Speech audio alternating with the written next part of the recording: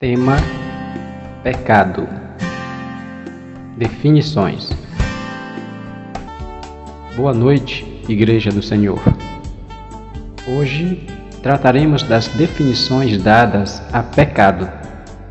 Definições tradicionais que tiram a culpa do homem e uma nova releitura de acordo com a Bíblia. Vejamos o texto do pastor Edson abaixo. Pecado. Definição. 1 João 3:4 nos diz: todo aquele que pratica o pecado transgride a lei. De fato, o pecado é a transgressão da lei. Qual é a lei? Porque toda lei se cumpre numa só palavra, nesta: amarás ao teu próximo como a ti mesmo. Gálatas 5:14. Se alguém afirmar, eu amo a Deus, mas odiar seu irmão, é mentiroso. Pois quem não ama seu irmão, a quem vê, não pode amar a Deus, a quem não vê. 1 João 4:20. Amarás, pois, ao Senhor teu Deus de todo o teu coração, e de toda a tua alma, e de todo o teu entendimento, e de todas as tuas forças. Este é o primeiro mandamento. E o segundo, semelhante a este, é: amarás o teu próximo como a ti mesmo. Marcos 12:30-31. Conceitos. Conceito 1. A terminologia evangélica diz que pecado é errar o alvo. Comentário. Com errar o alvo, quer-se dizer que o arqueiro mirou no alvo e errou. Ora, nenhum arqueiro em sã consciência apontaria para um alvo com o objetivo de errar. Sendo assim, se uma pessoa mira um alvo e erra, então ela não deveria ser punida. Não deveria receber o salário do pecado, que é a morte, posto que o seu erro não foi intencional, e sim acidental. Conceito 2.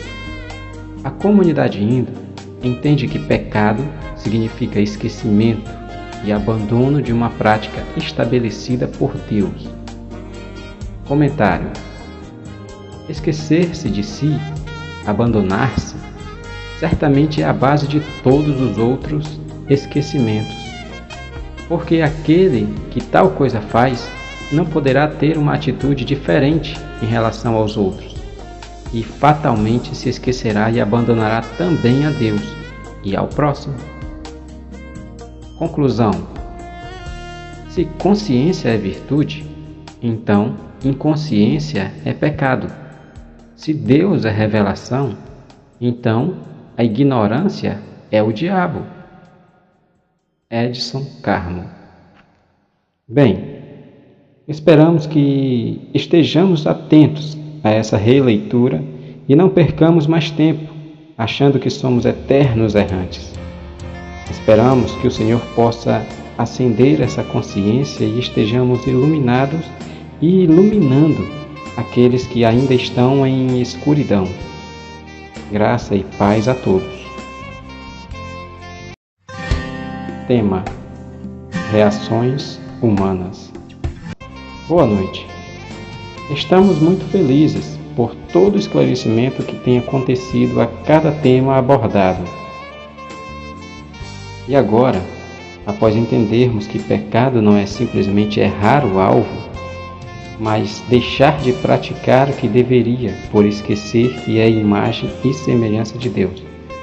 Agora trataremos de um novo tema: reações humanas. Sabemos que conhecemos um cristão não só pelo que ele faz, ou seja, suas ações, como também diante de suas reações, ou seja, comportamento diante de uma tentação. Jesus deixou isso bastante claro no seu discurso do Sermão do Monte, onde ele mostra que o importante não é ser conhecedor da letra, mas ser um agente compassivo, prestativo, misericordioso, piedoso e perdoador, como comportamento natural de um ser à imagem e semelhança do Cristo exemplo. Trataremos desse assunto sem a intenção de ingressar ninguém, sem a intenção de treinar ninguém a como reagir diante de um insulto, assalto, injustiça, etc. Nossa primeira intenção é descobrirmos quais têm sido nossas reações espontâneas. Por isso faremos essa leitura dinâmica. Eu sou manso em situações nervosas. Eu sou justo em situações injustas. Eu sou misericordioso com aqueles que não merecem misericórdia. Eu sou portador de um coração limpo, pois não sou maldoso em pensamentos e julgamentos. Eu sou pacificador em meio a uma guerra com alguém. Eu suporto as perseguições. Eu sou um juntador de tesouros no céu e não na terra. Eu não enxergo a outra com olhos desejosos. Eu não juro por nada. Antes, minha palavra é sim, sim ou não, não. Eu ofereço a outra face quando me afrontam. Eu ofereço até a capa quando me tomam a túnica. Eu caminho 2000 passos quando me convidam a andar 1000. Eu não nego aquele que me pede emprestado, nem corro atrás do que perco. Eu amo os meus inimigos e oro pelos que me perseguem. Todo o meu ser é bom, pois meus olhos são bons. Não sirvo a dois senhores, pois aborreço o príncipe das trevas e o seu mundo. Não ando ansioso pelo dia de amanhã, pois sei que o Senhor cuida melhor de mim do que dos pássaros. Eu busco em primeiro lugar o reino de Deus e sua justiça. Certamente, você mesmo deve estar tirando suas próprias conclusões. O que devemos entender é que Cristo não estava treinando ninguém a ter reações prontas, mas estava revelando ao homem quem é ele por dentro. Veja essa explicação no final do Sermão do Monte, em Mateus 7, do 18 ao 21, onde Cristo começa a apontar a necessidade de nascer de novo. Estejamos atentos aos próximos encontros, pois discorreremos este assunto de uma forma reveladora e transformadora. Tema: Reações humanas. Texto 2. Boa noite, queridos. Hoje, mais uma vez, discorreremos sobre reações humanas, sem a intenção de treinar ninguém, mas facilitar a nossa autoanálise, para que assim possamos confessar nossas reações espontâneas e arrepender-se, caso assim queira. Lembrando que não basta confessar e arrepender-se, é necessário um nascer de novo, um nascer de Cristo, para que assim tenhamos reações semelhantes às dele. Seu Espírito em nós é garantia de ações e reações espirituais. Analisemos o texto do pastor Edson logo abaixo. O que te tira do sério? O que te tira do sério é algo que não está no teu controle. Quando o ser humano depende de outros para estar em si ou fora de si, ele perdeu a sua própria alma. Tomar a responsabilidade de sua própria vida para si é liberdade. Passar a responsabilidade para os outros é escravidão. Assim, o que tira você do sério é o fato de estar nas mãos dos outros, o poder de manipular-te. Se tal poder não estiver ao alcance dos outros, como a seriedade poderá ser tirada de ti? Como ela poderá ser manipulada por outro alguém que não é você? Toma em tuas mãos a responsabilidade de tuas reações e ninguém poderá te tirar do sério. Edson Carmo. E aí? Lembrou de alguém? Lembrou daquela pedra no sapato? Lembrou daquele "esse é o meu estupim"? Esse é o meu limite? Esperamos que esse momento esteja sendo não só reflexivo, mas desafiador e encorajador para um novo estilo de vida.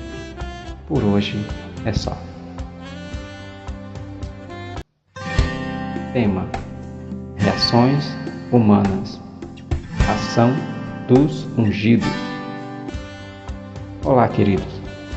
Mais uma vez estamos aqui para acrescentarmos mais um pouco à nossa vida, o todo, não só o espiritual. Hoje é conclusivo, mas acima de tudo é bastante desafiador. Certamente já ouvimos essas expressões em algum canto ou momento. Fulano é uma bênção, só falta ser crente. Fulano é um doce de pessoa. Ou fulano mudou mesmo. Acho que ele está levando a sério essa história de ser crente. Todas essas expressões são de elogios a pessoas serenas, tranquilas e calmas. Isso é bom e é um fruto espiritual. Mas fica a seguinte pergunta de hoje: cadê a ação dos ungidos? Muitos se converteram ao cristianismo de acordo com o livro de Atos. Nasceram de novo, escreveram, mas poucos tinham ações de ungidos. Pedro, Paulo, Timóteo tinham reações diferentes de um cristão comum. Não se conformavam em apenas falar de Jesus, mas em nome de Jesus agiam com fé e autoridade, levantando coxos, curando enfermos, dando visão aos cegos. E não se tratava de serem pentecostais, presbiterianos ou outros, mas de reagirem positivamente ao arder do coração, quando viam situações em que só Deus pudesse intervir e eles enxergavam em si o próprio canal divino. Por isso digo: que reação você tem diante de situações que as pessoas afirmam serem possíveis? Você se pergunta se é pentecostal? O que o pastor ensinou? Afirma que não está preparado? Qual a sua reação, ungido de Deus? É admirável pessoas com bons comportamentos, mas o problema é quando ela é preguiçosa, fraca na fé. Os ungidos são trabalhadores e sua reação é não se conformar com esse mundo. Leia a parábola dos talentos, Mateus 25, do 14 ao 29, e observe as ações do que guardou os talentos para não perder, como retrata o comportamento daquele que sua vida é ter cuidado para não pecar, mas daquele que colocou no banco para gerar lucro, retrata a ação de homens ungidos pelo Senhor para multiplicar. Certamente atingiremos esse patamar de agentes ativos de Deus quando o Senhor lê em nossos corações: sou testemunha, um verdadeiro interesse. A fonte é Ele. O mais interessado é Ele. Quem está procurando semeadores para a grande seara é Ele. Já ardeu no seu coração? Você se considera um convertido ou um conversor? Durante esse mês, fomos desafiados a conhecer nossas reações espontâneas. Quem somos de verdade? E agora, visualize quem será você após uma revolução nos seus hábitos e rotinas. Sê tu uma bênção.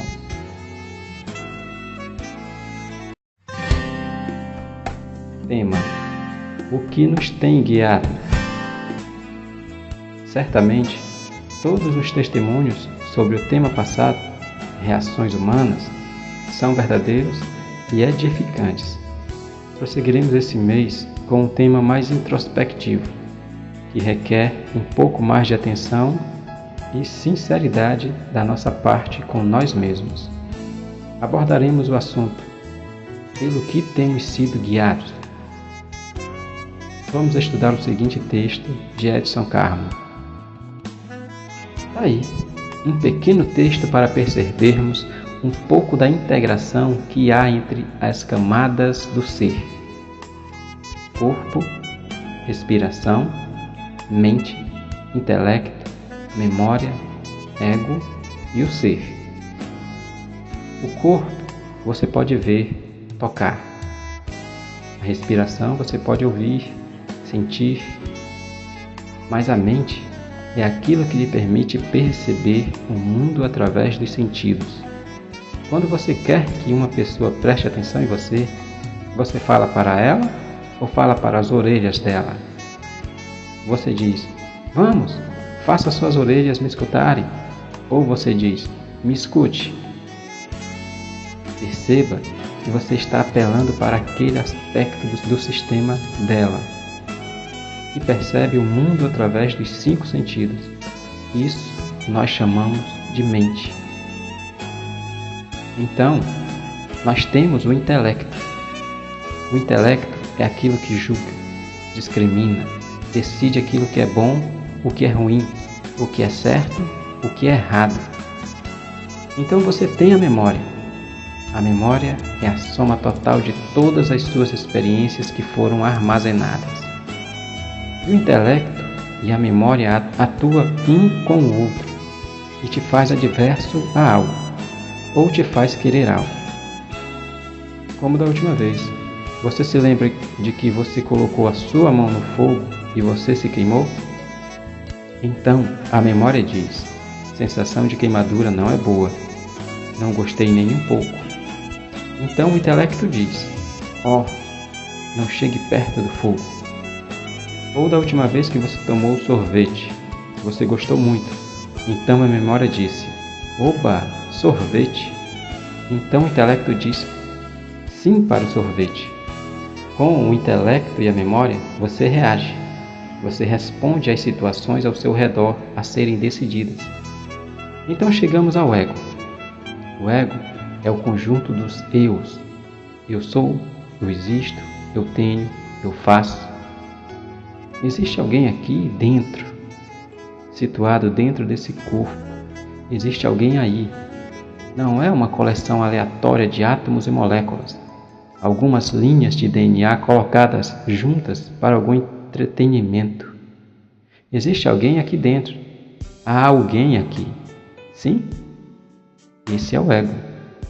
E então há o ser, aquele aspecto da sua consciência que é intocado por qualquer coisa.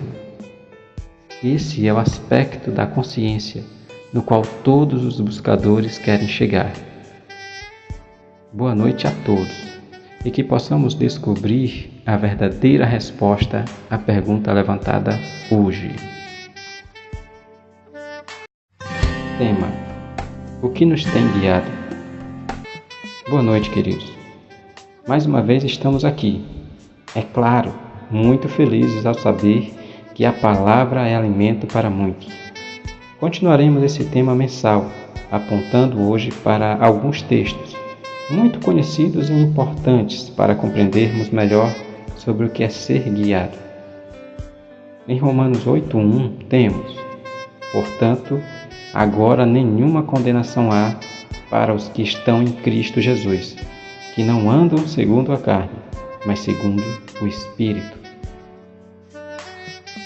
Já entendemos que a carne é a natureza alimentada por desejos que não condizem com a vontade soberana do Senhor, alimentada por memórias que apontam para o mal, memórias que trazem sofrimentos, memórias que ressuscitam mágoas e vinganças, memórias que levantam o julgamento, memórias que nos trazem vanglórias de um passado abençoado e nos acomodam dos evangelismos, dos dízimos, orações, perdões, misericórdias e muitas outras ações de homens e mulheres que vivem de um passado e se acomodam, se esquecendo que qualquer homem, mesmo depois de fazer todas essas coisas, não fazem nada além do mínimo que poderia.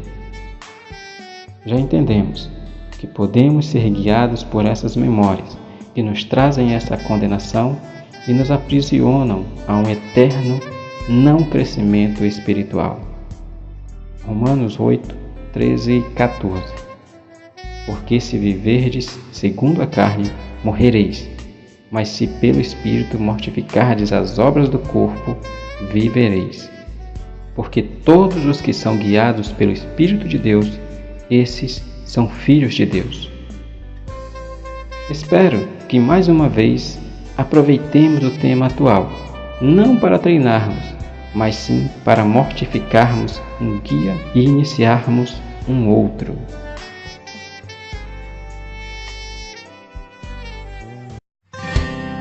Tema: o que tem nos guiado? Boa noite, queridos. Vamos analisar hoje o texto de Romanos 6,16. Pois vocês sabem muito bem que quando se entregam a alguma pessoa para serem escravos dela, são de fato escravos dessa pessoa, a quem vocês obedecem. Assim sendo, vocês podem obedecer ao pecado, que produz a morte, ou podem obedecer a Deus e ser aceitos por Ele. Certamente, você já escutou as seguintes expressões: quem manda na minha vida sou eu. Ninguém pega no meu pulso. Faço o que dá na minha telha. São expressões que já conhecemos ou já usamos. E sabemos que são afirmações de quem acha que tem domínio sobre suas próprias vontades. Mas, certamente, sabemos que o homem não tem direção própria. Tende a seguir as direções do seu eu, ou seguir as direções de um outro guia, Espírito Santo ou Espírito do pecado, de acordo com o texto de Romanos. Vejamos agora esse trecho de um texto do escritor Edson Carter e avaliemos de que maneira você tem sido guiado. Vida é o que você está fazendo agora, liberto do ontem e do amanhã. Vida é consciência e não pensamento. Pensamento é um produto da mente. E mente é conflito, turbulência, complicação, inquietação. Na mente está o medo de não acontecer o esperado ou de acontecer o inesperado. Está a insatisfação das comparações. Na consciência está a aceitação. E quando aceitamos a vida como ela é, então realmente vivemos. Quando não aceitamos, apenas sobrevivemos, ou seja, nos colocando em uma realidade sobre a vida. E aí, você tem sido guiado pela consciência ou pela mente? Por hoje é só. Boa noite. Tema: por quem você tem sido guiado? Certamente, as pessoas se preocupam com as babás que vão orientar seus filhos, os políticos que vão governar sua nação e região, mas poucos param para perceber por quem suas vidas têm sido guiadas no seu dia a dia. Será que percebemos realmente por que não temos as reações que esperávamos ter? Por que tomamos decisões de cabeça quente? Por que somos tão levados pelas paixões, pelas emoções? Por que não conseguimos caminhar sempre na mesma direção, na mesma motivação? O que minha consciência responde diante dessas indagações? Sendo sincero consigo mesmo, o que percebo? Sei porque tenho sido guiado? Sendo um pouco mais simples, quando estou na internet, estou sendo guiado por quem? Quando estou com meu ou minha namorada, quando percebo, quando desobedeço ou me rebelo ao superior. É tempo de se conhecer. É tempo de descobrir por quem somos direcionados e influenciados. Assim como só posso seguir um caminho, assim também só posso ter um guia. Leia Mateus 6:24. É por essa falta de identidade que encontramos muitas pessoas sem nenhum crescimento considerável na vida, quer seja espiritual, quer seja sentimental, etc. E lembre-se, o fato de você estar ao lado de pessoas ou uma instituição que apresentam algum crescimento espiritual não significa que esteja acontecendo o mesmo com você. Por mais que haja alguma sensação do tipo, trata-se de um fenômeno interior e individual. Entendemos que um homem ou uma mulher pode até escolher um guia e seus influenciadores, mas depois de ser levado por esses, certamente será servo e seguidor destes. Leia Romanos 6,16. E por hoje, encerramos esse assunto mensal e esperamos mesmo, que escolhamos que o Espírito Santo seja o único que nos orienta e nos guia. Leia João 3:8.